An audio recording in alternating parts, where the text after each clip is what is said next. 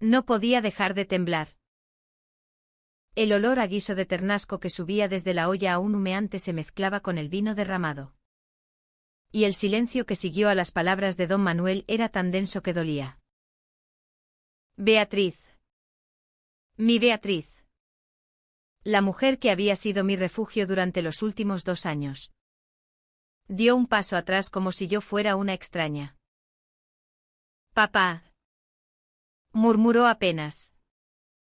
La voz quebrada. Yo solo podía mirar la mancha roja en el suelo. Aquella tarde. En el Parque Grande José Antonio Labordeta. Nos habíamos besado por primera vez en público. Un beso breve. Nervioso. Robado detrás de un seto de laurel mientras el sol se ponía. Pensábamos que nadie nos veía. Pensábamos que Zaragoza, con sus calles anchas y su gente aparentemente abierta, nos permitiría ser nosotras mismas aunque solo fuera un instante. Don Manuel entró en la cocina con pasos lentos. Como si disfrutara cada segundo de nuestra angustia. Era un hombre alto. De espaldas anchas. Con el cabello gris perfectamente peinado y esa expresión de autoridad tranquila que imponía respeto en toda la comarca. Viuda desde hacía 10 años. Había criado solo a Beatriz con mano firme y principios católicos inquebrantibles. He visto suficiente, dijo, apoyando las manos en la mesa de roble. 2 mujeres besándose como si tal cosa. ¿Es eso lo que te han enseñado en la universidad? Julia, ¿eso es lo que traes a mi casa? Quise responder. Quise gritar que el amor no se enseña ni se aprende. Que simplemente ocurre. Pero las palabras se me atragantaron. Beatriz me miró un segundo, solo un segundo, y en sus ojos vi miedo puro. No el miedo a su padre, sino el miedo a perderlo todo, la casa familiar en la calle Mayor. La herencia. La aprobación de una ciudad que aún susurra cuando 2 chicas caminan demasiado cerca. Papá. Por favor. Suplicó Beatriz, acercándose a él. Ese es solo una fase.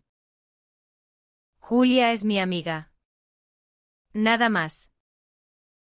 Sentí que algo se rompía dentro de mí. Una fase. ¿Amiga? 2 años de cartas escondidas bajo el colchón. De noches hablando hasta el amanecer en el balcón de su piso de estudiante. De promesas susurradas mientras escuchábamos el rumor del Ebro. Todo eso era una fase. Don Manuel asintió lentamente. Satisfecho. Bien. Entonces Julia se irá ahora mismo y no volverá a esta casa hasta que entre en razón. ¿Y tú? Beatriz. Mañana mismo hablarás con el padre Luis en la SEO. Necesitas orientación. Me levanté de la silla con las piernas flojas. No lloré. No podía darle esa satisfacción. Cogí mi bolso. Pasé junto a Beatriz sin rozarla siquiera y salí al frío diciembre de Zaragoza. La puerta se cerró a mis espaldas con un golpe seco que resonó en toda la calle. Caminé sin rumbo por el casco antiguo. Las luces de Navidad parpadeaban en las farolas. Los bares estaban llenos de gente riendo. Y yo sentía que el mundo entero seguía girando mientras el mío se había detenido. Terminé sentada en un banco frente a la Basílica del Pilar, mirando las torres iluminadas como si pudieran darme alguna respuesta. Allí fue donde empezó todo. En realidad, conocí a Beatriz hace 3 años. Cuando ambas estudiábamos filología hispánica en la Universidad de Zaragoza. Yo era la chica becada de un pueblo de Teruel. Callada y aplicada, ella. La hija perfecta de una familia acomodada. Brillante y carismática. Al principio solo éramos compañeras de trabajos en grupo. Luego empezaron las tardes en la biblioteca. Las cervezas en el tubo. Las confidencias. Una noche de mayo. Después de los exámenes, nos quedamos solas en su piso de la calle San Vicente de Paúl. Hablamos hasta las 4 de la mañana. Recuerdo que me contó cómo su madre había muerto de cáncer cuando ella tenía 15 años y cómo su padre nunca volvió a ser el mismo. Se volvió más duro. Dijo. Más religioso. Como si la culpa de no haberla salvado la hubiera convertido en piedra. Yo le hablé de mi propia madre. Alcohólica. Y de cómo había huido del pueblo en cuanto pude. Nos entendimos sin necesidad de más palabras. Y cuando el silencio se hizo demasiado grande, Beatriz tomó mi mano. No hubo beso esa noche. Solo manos entrelazadas y la certeza de que algo había cambiado para siempre. Los meses siguientes fueron un equilibrio imposible. Nos veíamos a escondidas, paseos por el río al atardecer. Cine en versión original en el Cervantes. Fines de semana fingiendo que íbamos a estudiar a la biblioteca cuando en realidad nos encerrábamos en mi pequeño apartamento del barrio de Las Delicias. Inventábamos excusas elaboradas. Julia tiene un trabajo importante, decía Beatriz por teléfono a su padre. Beatriz se queda a dormir en casa de una compañera de facultad. Le decía yo a la mía. Sabíamos que era peligroso. Zaragoza no es Madrid ni Barcelona, aquí la gente aún mira de reojo. Aún pregunta, ¿y novio no tienes? Pero el amor nos hacía valientes. O eso creíamos. Los días siguientes fueron un infierno silencioso. Beatriz no contestaba mis mensajes. La llamé tantas veces que su buzón de voz se llenó. Fui a su casa 3 veces y la asistenta me dijo que la señorita no estaba para nadie. En la universidad. Cuando por fin la vi en el pasillo de la Facultad de Filosofía y Letras. Bajó la mirada y aceleró el paso. Sentí que me clavaban un cuchillo. Decidí escribirle una carta de verdad. En papel, como las que nos enviábamos al principio. La dejé en su casillero de la facultad. Beatriz. No entiendo nada. ¿De verdad vas a dejar que tu padre decida por nosotras? ¿Todo lo que hemos vivido no vale nada?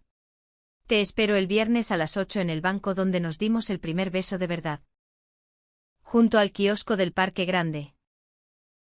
Si no vienes, entenderé que has elegido. Pero por favor. Ven. Te quiere. Julia. El viernes llegó. Me puse el abrigo azul que tanto le gustaba y caminé hasta el parque con el corazón en la garganta. Llegué media hora antes y me senté en el banco, mirando las hojas secas que el viento arrastraba. A las 8:05. Apareció. Venía envuelta en un pañuelo rojo. Pálida. Con ojeras profundas. Nos miramos sin hablar. Luego se sentó a mi lado, dejando un espacio prudente entre nosotras. He venido a despedirme, dijo con voz ronca. No pude evitarlo, las lágrimas me rodaron por las mejillas. ¿Despedirte? Beatriz. Por Dios. Mi padre me ha dado un ultimátum, me interrumpió. O corto toda relación contigo o me deshereda por completo. No podré terminar la carrera. No tendré dónde vivir, Julia. No tengo a nadie más. ¿Y yo qué soy? Pregunté, la voz temblando de rabia. ¿Un capricho que puedes tirar cuando te conviene? No es eso, susurró. Tú lo eres todo. Pero no puedo perderlo todo por mí. Terminé la frase. Di la verdad. Beatriz. No puedes perderlo todo por una mujer. Eso es lo que piensas en realidad. Se quedó callada. El viento agitaba su cabello negro y vi cómo apretaba los labios para no llorar. Hay algo más, dijo al fin. Casi inaudible. Mi padre ha encontrado las cartas. Todas. Las que guardaba en la caja de zapatos bajo mi cama. Las ha leído. Me ha dicho que si sigo por este camino, me enviará a un centro de conversión en Madrid. Que allí me curarán. Sentí náuseas. Sabía que existían esos sitios. Había leído artículos. Pero pensar que alguien en la España del siglo XXI pudiera siquiera plantearlo. No irás, dije con firmeza. No te dejaré. ¿Y cómo me vas a impedir? Preguntó con amargura. ¿Con qué dinero? ¿Con qué influencia? Tú misma apenas llegas a fin de mes con la beca. Tenía razón y eso dolía más que nada. Yo no tenía nada que ofrecerle salvo mi amor. Y en ese momento parecía lo más inútil del mundo. Nos quedamos en silencio un rato largo. Luego Beatriz sacó un sobre del bolsillo y me lo tendió. Es dinero, dijo. Lo que he podido ahorrar estos meses. Para que puedas pagar el alquiler un tiempo más. Por favor. Acéptalo. Lo miré como si fuera veneno. No quiero tu dinero de despedida, repliqué. Quiero que luches conmigo. No puedo. Julia, susurró. Y por primera vez vi lágrimas en sus ojos. No soy tan valiente como tú. Se levantó. Di un paso hacia ella. Quise abrazarla. Pero se apartó. No me lo hagas más difícil, suplicó. Y se fue. La vi alejarse por el camino de grava. La espalda recta. Sin mirar atrás.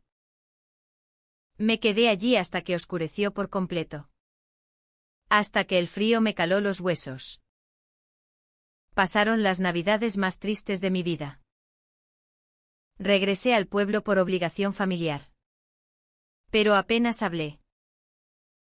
Mi madre. Entre botellas.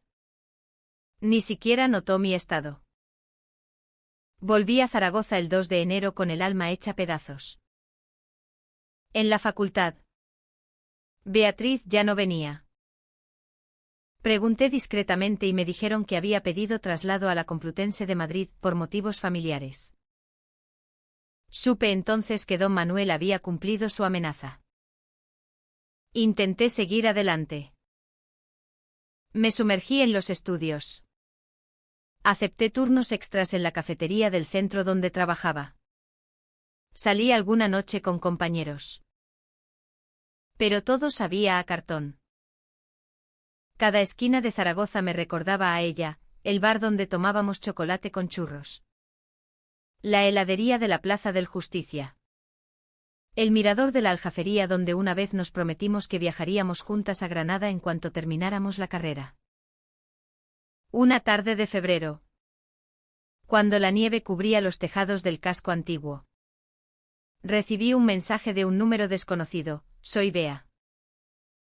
¿Podemos vernos? Estoy en Zaragoza solo hoy. Hotel Reino de Aragón. Habitación 312. A las 7. Casi se me cae el teléfono. Corrí hasta allí sin pensarlo. Cuando abrió la puerta, casi no la reconocí.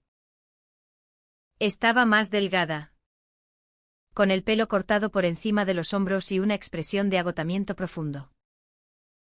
Me abrazó con fuerza, como si temiera que desapareciera. Julia, perdóname, susurró contra mi cuello. Entramos. La habitación era pequeña. Impersonal. Nos sentamos en la cama. Una al lado de la otra. ¿Qué haces aquí? Pregunté. Vine a firmar unos papeles del traslado definitivo, explicó. Pero no podía irme sin verte. No soporto más esta culpa. Me contó todo. El centro de Madrid no era exactamente de conversión, su padre había retrocedido un poco ante la amenaza de denuncia. Pero sí un psicólogo ultraconservador que la había sometido a sesiones semanales donde le repetían que su orientación era un trastorno. Que podía curarse con oración y fuerza de voluntad. Había fingido avanzar para que la dejaran en paz. Pero cada día se sentía más rota. He pensado en suicidarme, confesó de pronto. Y sentí que el mundo se hundía. Varias veces. Solo la idea de hacerte más daño me detenía. La abracé fuerte. Llorando las dos. No vas a volver allí, dije. Quédate conmigo. Buscaremos la forma. Negó con la cabeza. No puedo. Mi padre controla todo mi dinero hasta que cumpla 27 años. Si me rebelo ahora, me deja en la calle. Y no te arrastraré a esa miseria. Julia. Prefiero la miseria contigo que esta vida sin ti, respondí. Se quedó callada un rato largo. Luego me miró con una intensidad que nunca olvidaré. Hay una salida, dijo. Mi tía Carmen. La hermana de mi madre. Vive en Barcelona. Siempre fue la oveja negra de la familia. La que se fue a vivir con otra mujer en los años 80 y nunca se casó. Mi padre la odia. Pero es mi madrina y tiene una parte de la herencia de mi madre que él no puede tocar. Si voy con ella, podré terminar la carrera y ser independiente. ¿Y cuándo podrías ir? Necesito esperar al verano. Si desaparezco ahora, mi padre removerá cielo y tierra para encontrarme. Pero en julio cumplo 26 y podré acceder a una cuenta que mi madre dejó a mi nombre. Con eso podré pagarme el billete y los primeros meses. Era una esperanza frágil. Pero era esperanza. Te esperaré, prometí. Nos besamos entonces. Un beso desesperado. Lleno de miedo y de amor. Pasamos la noche hablando. Planeando. Soñando con un futuro que parecía imposible. A la mañana siguiente. Beatriz se fue. Me dejó una nota: cada día que pase sin ti será un día menos hasta que estemos juntas para siempre. Te amo más que a nada en este mundo. Los meses siguientes fueron una prueba de resistencia. Nos escribíamos por una app encriptada. Mensajes cortos. Cuidadosos. Beatriz seguía fingiendo ante su padre. Asistía a misa los domingos. Sonreía en las fotos familiares que él exigía. Yo trabajaba como nunca. Ahorraba cada euro. Estudiaba hasta la madrugada. En mayo, algo cambió. Beatriz dejó de contestar durante 3 días. Cuando volvió a escribir, su mensaje fue breve: problemas. No puedo hablar ahora. Te quiero. El pánico me consumió. Llamé al teléfono fijo de su casa desde una cabina, no quería arriesgar su móvil, y contestó don Manuel. ¿Beatriz? Pregunté fingiendo voz neutra. No está, respondió secamente. ¿Quién es? Una compañera de la universidad. Dile a tus compañeras que dejen de llamar. Beatriz está comprometida. Se casa en septiembre con Álvaro, el hijo de unos amigos de toda la vida. Es lo mejor para ella. Colgué temblando. Comprometida. La palabra me golpeó como un mazazo. Le escribí decenas de mensajes. Nada. Una semana después. Llegó uno suyo, es mentira. Me lo ha impuesto. No voy a casarme. Confía en mí. Pero la semilla de la duda ya estaba plantada. Junio fue agonizante. Beatriz apenas escribía. Cuando lo hacía, sus mensajes eran evasivos, llenos de excusas. Empecé a imaginar lo peor, que había cedido. Que había decidido seguir el camino fácil. Que nuestro amor había sido solo una ilusión juvenil. El 30 de junio. Día de su cumpleaños. Recibí un paquete sin remitente. Dentro había un billete de AVE Zaragoza-Barcelona para el 15 de julio y una nota: nos vemos en la estación Sants. Te explicaré todo. Perdóname la distancia de estos meses. Era necesario. Te amo. Respiré aliviada. Pero algo seguía doliendo. ¿Por qué tanto silencio? ¿Qué había pasado realmente? Llegó el 15 de julio. Tomé el tren con una maleta pequeña y el corazón en un puño. Barcelona me recibió con su calor pegajoso y su bullicio. En la estación Sants. Busqué su rostro entre la multitud. Y la vi. Estaba más delgada. Con el pelo teñido de castaño claro. Gafas de sol enormes. Cuando me vio, corrió hacia mí y nos fundimos en un abrazo que parecía eterno. Julia, susurró. Lo siento tanto. Nos sentamos en una cafetería de la estación. Entonces me lo contó todo. En mayo, su padre había descubierto la app encriptada. No los mensajes, los había borrado a tiempo. Pero sí la aplicación. La había encerrado en casa durante días. Le había quitado el móvil. La había amenazado con internarla de verdad. Álvaro. El supuesto prometido. Era real, un chico amable pero insulso que su padre había presentado como la solución. Beatriz había fingido aceptar el compromiso para ganar tiempo. Para que la dejaran en paz hasta poder huir.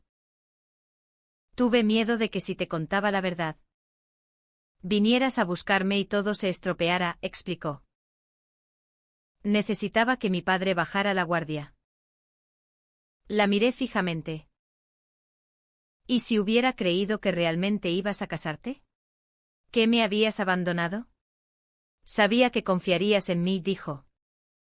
Aunque su voz tembló. No supe si creerla del todo. Había una grieta ahora. Pequeña pero real. La desconfianza se había instalado entre nosotras. Aún así, tomamos el tren hacia el piso de su tía Carmen en Gracia. Carmen era una mujer de 60 años. Pelo corto plateado. Ojos vivaces y una risa contagiosa. Nos recibió con los brazos abiertos. A mi sobrina siempre le gustaron las mujeres, dijo sin rodeos. ¿Y si mi cuñado no lo acepta? Es su problema. Aquí estaréis seguras. Los primeros días en Barcelona fueron un sueño. Paseábamos por el Parc Güell. Comíamos paella en la Barceloneta. Nos besábamos sin miedo en el metro. Pero la grieta seguía ahí. El verano pasó rápido. Beatriz empezó la universidad en la UB. Yo encontré trabajo en una librería del Born. Vivíamos en una habitación pequeña en casa de Carmen. Pero éramos libres. Sin embargo, las heridas no cerraban del todo. Discutíamos por tonterías, porque Beatriz tardaba en contestar un mensaje. Porque yo revisaba su móvil cuando dormía. El miedo a perdernos nos había cambiado. Una noche de septiembre. Después de una pelea especialmente dura. Beatriz desapareció. Salió a dar una vuelta y no volvió hasta la madrugada. La encontré llorando en la escalera. He hablado con mi padre, confesó. Me ha llamado. Dice que si no vuelvo para la boda de Álvaro en octubre, me desheredará por completo y además contará a toda Zaragoza que soy esa clase de mujer. Que destruirá mi reputación y la tuya. Me quedé helada.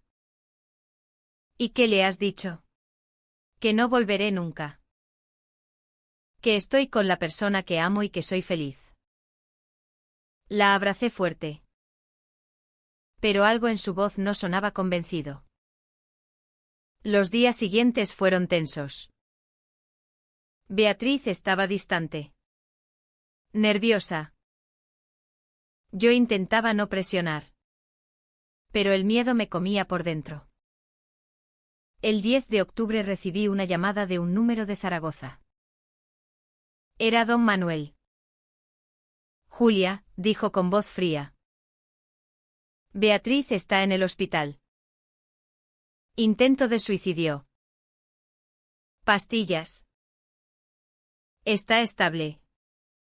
Pero necesita a alguien de verdad a su lado. Ven si tienes valor. Colgué y vomité. Tomé el primer AVE a Zaragoza. En el Hospital La Paz. La encontré pálida en una cama. Con suero en el brazo. Cuando me vio, empezó a llorar. No quería hacerlo, susurró. Solo quería que el dolor parara un rato. No podía más con la culpa. Con la presión. La abracé con cuidado. Don Manuel estaba en el pasillo. Hablando con los médicos. Me miró con odio puro. Esto es culpa tuya, escupió.